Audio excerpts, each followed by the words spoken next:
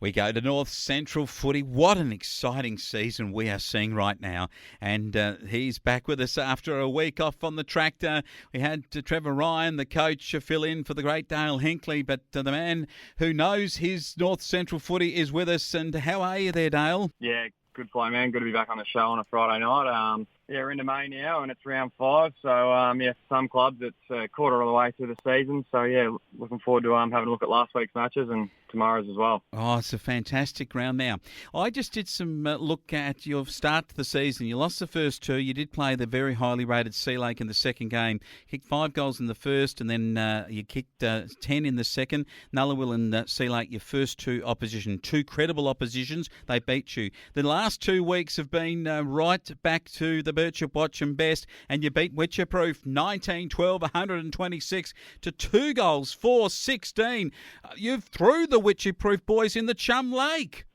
Yeah, we're pretty wrapped with the win on the weekend there, Flo, man. As you said, not the start we wanted, but we've turned it around, and it's been really good for our confidence levels and the morale within the group and the club.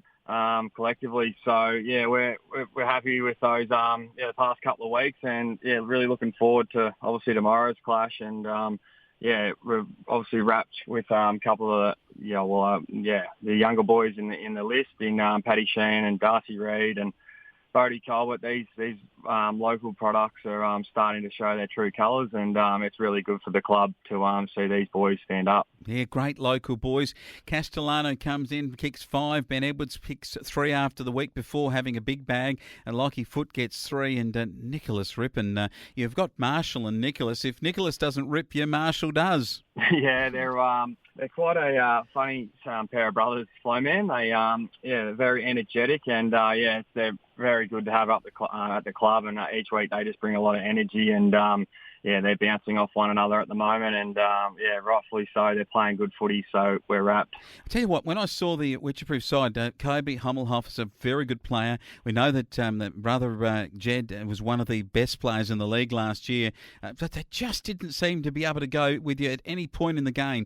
Goals are hard to find. Bo Bish and Cody Green got amongst it. Other matches, here was a big result. Charlton 16-8 to St Arnaud 9-6, and that is a very good result for the Navy Blues. It was a memorable one for the Navy Blues, Flo, man. They had a really good start in this game, 46 to 0, and then in the second it was a bit more of an even battle, and then Andy Nisbet, the coach of Charlton, was very, very happy coach he was in the media this week, and one of his highlights was for personality of the week was the win on Saturday. He had a few highlights, but he noted that one that Charlton Footy Club won all 4 grades there on Saturday after his winless 2022 season as coach. So, and 3 losses to start this one. So he's pretty happy to get the 4 points in all 4 grades. Oh, what a great effort for the Navies. Donald, they took on Bort, and this was a really interesting result. It was the Magpies 11-6 over there at the Royal Blue Stadium there at Donald Recreation Reserve, 9-8-62, a 10-point margin to the Magpies. And you said it at the early part of the year, you thought they'd be the big improvers, and you're spot on, Dale. Yeah, they've made a good impact and a great start to this season, Flo, man, the Magpies, that is. And, this is a seesawing game down there at Donald, and one that they just let get away from them. They might have a few injuries and a few other things going on at the club at the moment and not in their favour.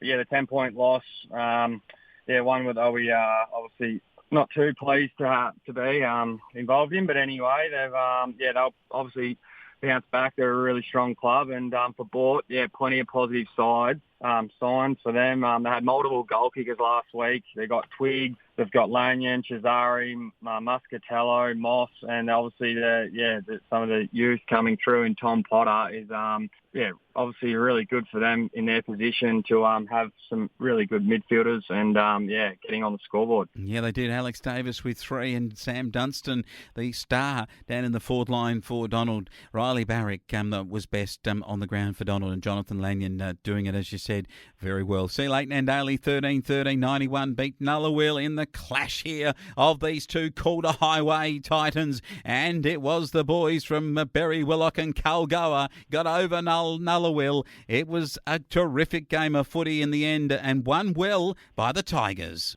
It was. The Tigers, got over the line in the end, and from all reports, it was a very hard hit out up there, Flowman, and rightfully so.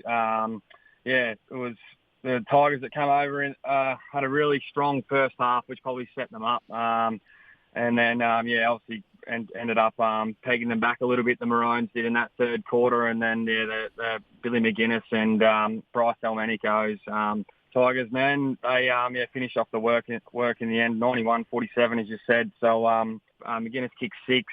Some positives for Nulley are probably Quigley, Humphreys, and Putt. They're getting their names in the better performance, and probably just sheer weight and the spread that Nulley Sea Lake had on Saturday was probably the difference on the bigger ground rather than Nullawil's ground's a little bit smaller, Flowman, so whether that was a factor or not.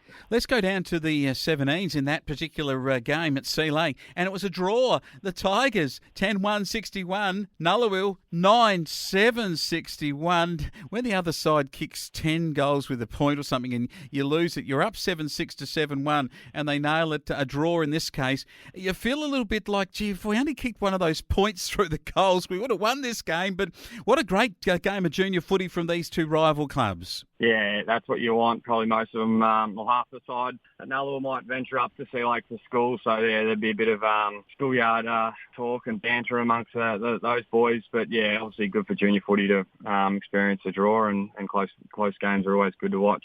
Great stuff for Lucas McInerney, Isaac Jury, the son of the gun who played some footy at Berry Willock, of course, the great Jury man, and 3 Ross Gravestock medals in the Mallee League from Cole Jury. But Scotty Barbary, very good. Young Sol Kelly, Les Cooper and Jason Box played brilliantly for Nullawil. 4 to young Les Cooper out of the 9. He was great. And out of the 10, Cruz O'Sullivan, 3, and Isaac Jury and Sammy Harker, both 2. That was a good game of junior football in North Central. Let's have a look now at this week's matches. Round 5, St Arnaud play Witcherproof Narraport. On last week's form with Charlton beating St Arnaud, I'm going to go for Witcherproof Narraport to get a good win at Nelson Park. Yeah, I will as well, Flo, man. Witcher will redeem themselves this week. They were a bit disappointed last week's efforts, but they've got a few injuries, and they're a good club, and they've obviously showed some positive signs in the first 3 rounds, the draw and their 2 wins, so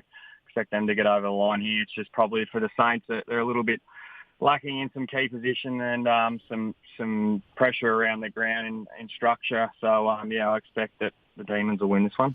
All right, Boort play Wedderburn at Boort, and I'm going to go with the Magpies here. This is a rivals game too. These two clubs are not too far away from each other in location. These are the most easterly clubs in the North Central Footy League, so I'm going to tip the Maggies to win. They are. Magpies. Home ground advantage, this one here, Flowman. So I think it's going to be hard for the Redbacks. They've still got Geordie Hargraves out there, Ruckman. He's a bit of their barometer for the Redbacks. He gets them going, and a few injuries as well, I think, hurting them at the moment. So, I can tip the Magpies to win this one. They've started red hot, and got some good midfielders I mentioned earlier, and obviously are pretty fit, and they'll get the job done tomorrow. Nullawil's home deck against Charlton. They're sitting in 5th place, and they need a win here because with the 9-team competition this year, you've got to win more games than you lose if you want to play finals football. So this is an important game for Nullawil to not drop. It will, even though the Navy Blues last week had a great win and a memorable one. They'll be a tough ask to go up to Nulley this weekend and do the same thing again. So for me, it's the Maroons. They're at home again for the second time, and they'll be hungry, and we'll see a bit of a severe result there, I'd imagine, Fleming. Yeah, I think so. Now, the replay of last year's grand final. You blokes just fell over the line in that big grand final where they led you, and it looked like it could be a big upset. Can the Birchip Watchin Bulls at home at George Cartwright make sure that the Donald Royals don't come across at Litchfield over the railway line and take the points? Yeah, we hope so. The forecast tomorrow is pretty good flow, man, for all matches across the league. So we're hoping that people coming in the gate enjoy a good match, and it always is a good match against the Royals. And we're just looking to get the 4 points. But on Donald, they haven't probably been ticking along as good as they would have liked. So I think Brownie will get them fired up, and they'll be firing a few shots tomorrow. And they've got a power forward in Dunstan, Wayne, who's he's hard to stop if he gets good use from Hards and Young and the likes of those. It'll be hard to defend. But on the other side, we've got a really potent forward six at the moment that's hard to break into, and Gordon and Edwards, that is, kicking goals. So hopefully we can get it down there and keep it in the forward half. Yeah, it's a big one. Going to be hard to see where the Royals can stop that forward thrust. It is at the moment the Birchip Watchin Bulls with the two Ripon players ripping along pretty well, and it's going to be a terrific match. Off halfback Dale Hinkley is the general, the dominator. Will he go to Sam Dunstan is the big question, or will he play further up the field is the one. Do I ask you that question, or is that just something that the coach just won't release?